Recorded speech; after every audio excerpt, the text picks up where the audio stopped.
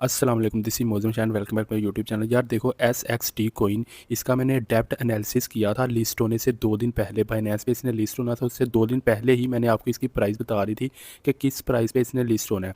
ये देखें, 0.10 से लेके 0.17 के अराउंड मैंने आपको कहा था इसने लिस्ट होना है, और इसी प्राइस पे ये लिस्ट हुआ। मैं आपको दिखा भी देता हूँ।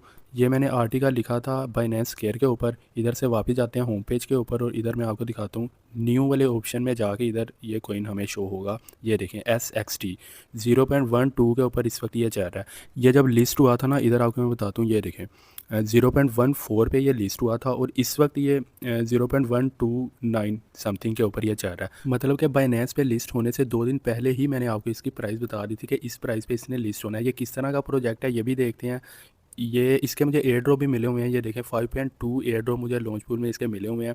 बाइनेंस लॉन्च पूल के ऊपर मेरे कुछ BNB पहले से लोग थे, उसकी वजह से ये एयर ड्रॉप मिले हैं। ये SXT प्रोजेक्ट किस तरह का प्रोजेक्ट है, इसका यूज़ केस कैसा है, और इसकी बाकी भी जो डिटेल है वो देखते हैं कि फ्यूचर में हमने इसमें इन्वेस्ट करना है कि नहीं। ये 69th प्रोजेक्ट है बाइनेंस के ऊपर। 8 मई को ये लिस्ट हुआ था बाइनेंस के ऊपर। इसकी स्टार्ट में जो टोटल सप्लाई लिस्ट हुई थी बाइनेंस के ऊपर, इनिशियल सप्लाई जिसे हम कहते हैं, वो 1400 मिलियन थी। मतलब कि 1.4 बिलियन कॉइन लिस्ट हुए थे।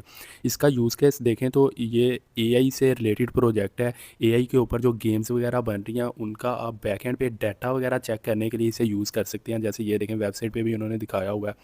उसके अलावा जो ब्लॉकचेन में ट्रांजैक्शंस हो रही हैं, ब्लॉकचेन में डाटा यूज़ हो रहा है, वो आप देख सकते हैं इस प्रोजेक्ट के थ्रू।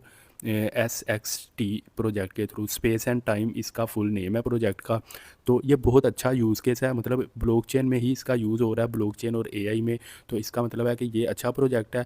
लेकिन इस वक्त जो है ना, आपको मैंने पहले भी बताया, जो न्यू कोइन है ना, फ़ौरन से उसमें इन्वेस्ट नहीं करना। थोड़ा टाइम देखना है, उसकी परफॉर्मेंस देखनी है, वो किन चीज़ों पे काम कर रहा है वो देखना है। उसके बाद 2-4 महीने के बाद आपने डिसीजन लेना है कि इस प्रोजेक्ट में आपने इन्वेस्ट करना है कि नहीं। अभी तक इस प्रोजेक्ट की परफॉर्मेंस देखी जाए, यूज़ केस देखा जाए, तो ये काफ़ी काम कर रहे हैं। लेकिन हमने कुछ वीक जो है ना इसे ऑब्जर्व करना है, उसके बाद हम डिसीजन लेंगे कि हमने कितनी इन्वेस्टमेंट इस कॉइन में करनी है। मेरा मकसद था आपको बताना, मेरी कोशिश होती है जो भी कॉइन आए ना उसके बारे में आपको थोड़ी हाउ नाउ हो जाए, ताकि आप ऐसे ही अन्य वाह उसमें इन्वेस्ट ना करो कि यार ये कॉइन है ले लो। आपको उसकी हिस्ट्री पता हो बैकएंड की, फिर आपने डिसीजन लेना है कि आपने इस प्रोजेक्ट में इन्वेस्ट करना है कि नहीं।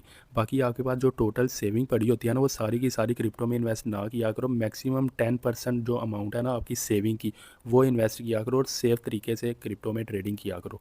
क्योंकि कुछ लोग होते हैं, उनके पास जितने पैसे पड़े होते हैं वो सारे के सारे क्रिप्टो में लगा देते हैं। इवन कि वो फ्यूचर ट्रेड भी करते हैं, और फ्यूचर ट्रेड में सब कुछ गवा देने के बाद, अकाउंट लिक्विडेट करवाने के बाद वो रोते हैं।